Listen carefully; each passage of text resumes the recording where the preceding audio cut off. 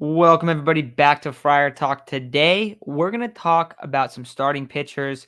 As we all know, Blake Snell seems like he's priced himself out of the range for the Padres. Shota Umanga, he already got signed. The Cubs picked him up. Very good deal. It seems like he wanted to be a Cub. And now the Padres are at a spot where they have to sign a left-handed starter. If they don't sign a left-handed starter, I mean, they have to. Unless they're going to pull a trade for someone, probably would be a trade with the Marlins. But outside of that, like they need to go after someone, and the market is not very good. And like I said, Blake Snell's it seems like he's too expensive. Ideally, we've already talked about it. If we could bring Blake Snell back, that's what we want to do. I get it's risky. I get people think Blake Snell's going to fall off. The fan in me wants him back because he's fun to watch. He's good. So that's kind of where I'm at. Is we need to find some cost-effective starting pitching, and they need to be a lefty. Right now, if you have Avila as your fourth starter, you have four starters. So you have to go get someone. So we have four guys today. These are not big names. I mean, some of them have had past success. Three of them have had pretty good past success. However, they're older. These are guys that we want on cheap deals. And it's interesting. So, Chase, you want to kind of dive into each of them? You want me to kind of start out and you want to just run through them real quick? So, technically, we have four settled starters. I know we technically have Brito and Randy Vasquez, but that just means we run the risk of running five righties, which is never a good idea in the MLB. So, this is why we're saying we must sign these lefties. Not that we don't have more starters, just we really need a lefty. So, first one, yes, they're going to be all older guys past their prime, but that's kind of the boat the Padres have sunk themselves in. So, first name, we're going to go James Paxton. He's had two down years. 2019 he was really good. 2020 he started to get hurt, had a down year. 2021 was hurt again. 2022 he didn't pitch. Last year he came back and pitched about 101 innings, 19 starts. He had a 4.5 ERA, a little above a 9K per nine, and a 3 walks per nine. 1.313 whip. I know it doesn't look good. However, it's his first year coming off injury, first year pitching. He's going to be 35. He's probably going to be on a little prove it contract to show that he still got it. He hasn't retired yet, showing that he still wants to pitch. If he can get him for cheap, he'd be a good depth piece. Or hey, he's going to be your fifth starter. 5 for your fifth starter is not that bad. He has experience. He's been in the league forever. He has playoff experience. I mean, and if we can get Niebla with his hands on him, it might not be that bad of a thing.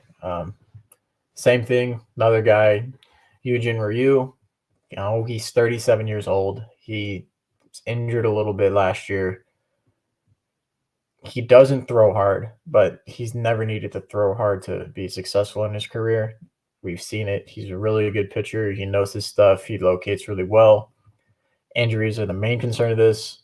We're saying that we need to sign at least two of the four guys that we're going to mention. So there's Eugene Ryu. Everybody knows him.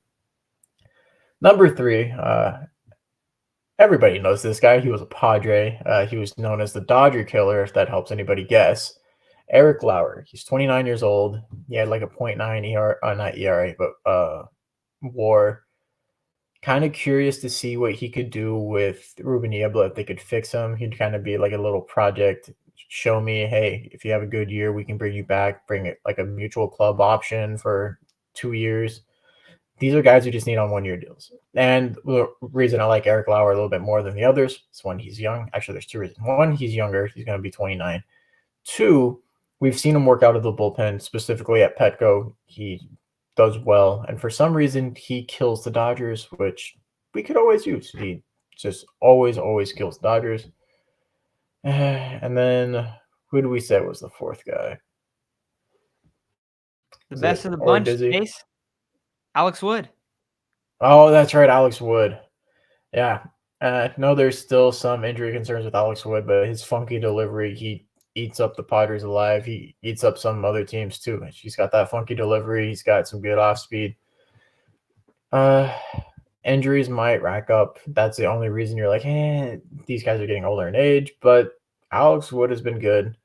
You're not asking him to be an ace. You're not asking him to be a 2 or 3 guy. You're asking him to be a 5 starter. which realistically you probably move him to the 3 spot just so that it's righty, righty, lefty, righty, righty. But at the same time, you sign 2 of these guys. One goes into the bullpen for a little bit, and then if someone gets injured, that guy comes back up. It's Yeah, I know they're not exciting names. I really get that. They're not exciting names. You guys are probably like, "What why? Why are we considering these guys?" Well, it's because we don't have money. I mean, there's no other way to put it. I mean, the Padres are already considering trading Ha-seong Kim, and they're not going to sign Blake Snell because Blake Snell is at least going to be making 30 million a year, which the Padres can afford. And realistically, we just need a stopgap. That's what these guys are going to be. Eric Lauer could potentially be more depending on how he progresses if the Padres sign him. If he works out well, he could end up getting an extension. However, we really just need stopgap players. Like we have Vasquez and Brito who could potentially work their way into the rotation, but maybe just stay in the bullpen right now because you don't want an already rotation. And then you have Snelling in the minors, who he had a really good year last year, but he's still maybe a year, maybe 2 years away. And realistically, if these guys come out and you say Snelling has a really good spring, like, hey, you know what? This guy might be ready by halfway point, and halfway through the season, one of the older guys gets hurt. Snelling can come up and take their spot. That's realistically all we need. We just need a stopgap, and that's what these guys are. So, I think those are our 4 options. Yeah, and like you said, Chase, it's not exactly exciting. Alex Wood, Hyunjin Ryu, Eric Lauer, and James Paxton. I feel like Eric Lauer is kind of in a different boat just because he was terrible last year. He had like a 6.5 ERA and like 9 or 10 starts. He was bad. It was really bad. But the couple years before that, he was pretty good. Like he put up like 150 innings, I want to say, in 2022. He's been a good pitcher in the past. Ryu obviously has, a bunch of success. Alex Wood's kind of like, just kind of been like more of like a middle tier player throughout his career, kind of up and down and stuff. But James Paxton also had like a 4 or 5 year stretch where he was a pretty damn good starter. So all of these guys have had success. They're basically all coming off, well, not all coming off bad years. They're either coming off of injured or kind of bad years. But this is where the Padres are at. And I like that you bring up Robbie Snelling, because it's like that's what this is for. And maybe there's some other names in the minor leagues that, we're going to see, especially in spring training. That's going to be, in my opinion, that's the biggest thing I'm looking for. Is like, okay, are there any, corner outfield kind of first base DH power bats that can potentially come up either now or in the near future? Or are there any lefties that can start a few games? Because if you have any of these guys, and Chase, you brought up that you want 2 of them, you bring a couple of these guys. Let's be honest, the chances are if you bring 2 of these guys, one of them is going to get hurt pretty early on. That's just the reality of it. But you're going to have hopefully Robbie Snelling, but you don't want to push him. That's the thing. You don't want to push him too early. You don't want him to have to step into a spot when he's not ready. But if he looks good in spring, you have one of these guys come up, they pitch until June, they get banged up, they got to come out, and he's able to come in, and you're like feeling better about where he's at, where he's progressed. That makes a lot more sense. You also have to have a lefty. That's the other thing, is like there are better righties that are available, but you don't have a lefty in your rotation. You're basically forced into a spot where you have to get one of these guys. So they're all cheap. Alex Wood might make a little bit of money. I wouldn't Eric Lauer is basically like a camp invite, to be honest. James Paxton, maybe he'll make a little bit of money. I don't imagine Ryu will. Like I don't think any of these guys are going to garner over like $8 million a year. And keep in mind that we just saw Nick Martinez get what, $13 million a year for 2 years, like Yeah, and 26 then we million also dollars. saw Mania get 14 a year. So if you're able to get one of these guys for like 6 to 8 million, that's kind of a steal. It's like, yeah, you might not get a ton of innings out of them, but like keep in mind, like the Padres have had guys in the past like that they've signed for a lot of money that have came in and pitched like around 100 innings.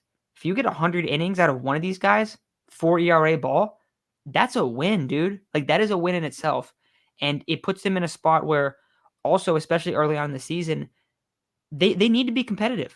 And they need these guys. They need one left-handed starter to step up. And if one of these guys is able to do that, you might come to the deadline and it's like, hey, we can go after and buy a guy because look, our farm balled out or whatever it is. And then you can actually go make a trade. And it's like, Yeah, maybe you don't want Eric Lauer pitching in the playoffs. Yeah, I agree. I agree with that. However, you need to get to the playoffs. That's the goal right now. You need to get to a point. You need to have innings ate up. You need to be able to win in that way. And the part where the Padres are at is like they're competing to be a borderline wild card team. That's the realistic spot where they're at. So There's no you win a division. couple games because of one of these. There's no division title for the Padres in sight. No, that's the thing. It's like, so you gotta have one of these guys come in and just be solid. And that's what I hope they do right now. Because if they could, in the ideal world, like you go and you bring Blake Snell back, or you bring in a manga, like something like that, right? We talked about it. We talked about Yamamoto at the beginning of the offseason. Then that flew out the window, bro. Like that was gone, right? So this is where we're at, which is not exactly the most fun spot. Another thing about these cheap signings, you can add some power bats. You can add some pop to the lineup. Something that's still available in free agency right now is a lot of either first base DH guys or corner outfield power bats. They need to go after that. They need that. I think they need that more than they need like pitching in general, because I would rather them go the cheaper route pitching at this point based on what it seems like they have, and go and sign someone with pop. Like we've talked about the bigger names like, Jock Peterson, Cody Bellinger, uh, who else? Jorge Soler. Like, I don't know if they're going to go after someone like that necessarily, but like even a Garrett Cooper was good here. Like they need more of that. They need a lineup that is more filled up, because right now the lineup is not. Like right now, you saw what happened with their offense last year, where it's just left on base. A lot of guys left in running scoring position. At this point, like we should expect them to not be worse with runners in scoring position, but in terms of like offensive output, we should not expect them to be where they were last year, and that was an issue last year. So they need to find a way to fill up the lineup and make it more rounded. And if they're able to do that, you might not have the same star power, but like you could have I mean, fingers crossed, man. You could have hopefully like similar offensive output and like, win some of these closer games, have a better bullpen, like, because we saw that second half of the season, the bullpen completely fell apart. They've done a good job fixing up the bullpen. Now they need a cheap lefty starter based on what it seems like is available, and they need that some pop. So I think this is the best route for that, even though let's be honest, it's not exciting. It's not fun. Like, yeah, Eric Lauer's back, baby.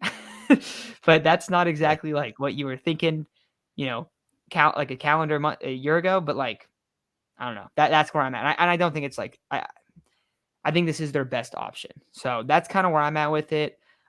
Chase, do you agree that like where their priorities should be is more like adding the pop? If you're going to be spending money, that's more where it should be. Because I don't think there's any left-handed starters worth it outside of like spending a ton of money.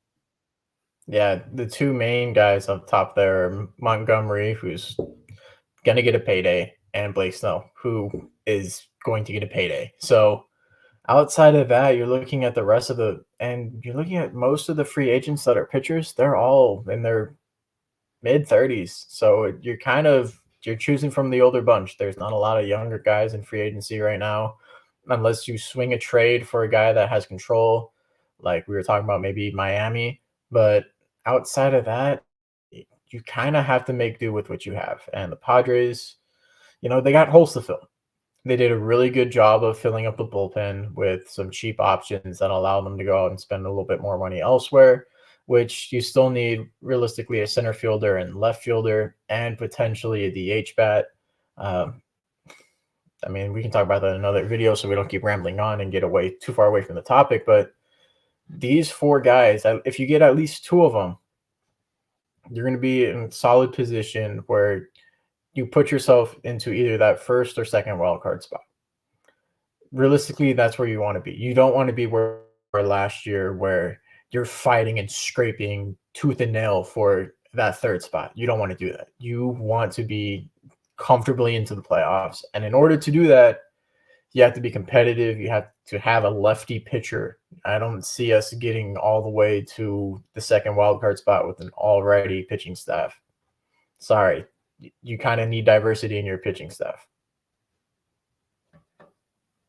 All right, guys. I think that's gonna do it. That's where we're at. Let us know what you think of these options. If there's different lefties that you think are available, especially trade market related, let us know on that as well.